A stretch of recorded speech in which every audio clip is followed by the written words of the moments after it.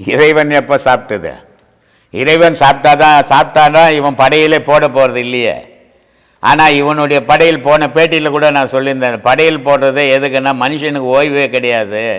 இந்த ஓய்வான ஒரு நாளை வச்சு நல்ல உணவை சாப்பிட்றதுக்காக இந்த நாட்களை வச்சுக்குது. அந்த நாட்களில் இறைவன் சாப்பிட்டா நீ கடனை உடனே வாங்கி போட்டு பூஜை புனஸ்காரங்கள் பண்ணி நீ சாப்பிட்றதுக்காக பண்ணுறே தவிர இறைவன் சாப்பிட்டதில்லை.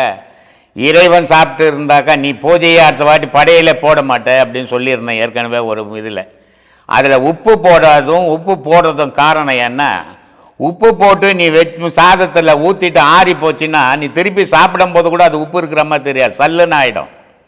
அதனால் உப்பு போடாமல் ஊற்றிட்டு நீ அதை திருப்பி சாப்பிடும்போது உப்பு போட்டு சாப்பிட்டீங்கன்னா அது உணர்வோடு இருக்கின்றதுக்காக உப்பு போடாமல் படையல் போடுற. உப்பு போடுறது எதுக்குன்னா நமக்கு தான் சொரணை ஜாஸ்தி, கடவுளுக்கு சொரணையே கிடையாது. ஏன்னா கோபம் நமக்கு தான் உண்டு, பொறாமை நமக்கு தான் உண்டு, பொச்சிருப்பு நமக்கு தான் உண்டு, கெட்டெண்ணம் நமக்கு தான் உண்டு.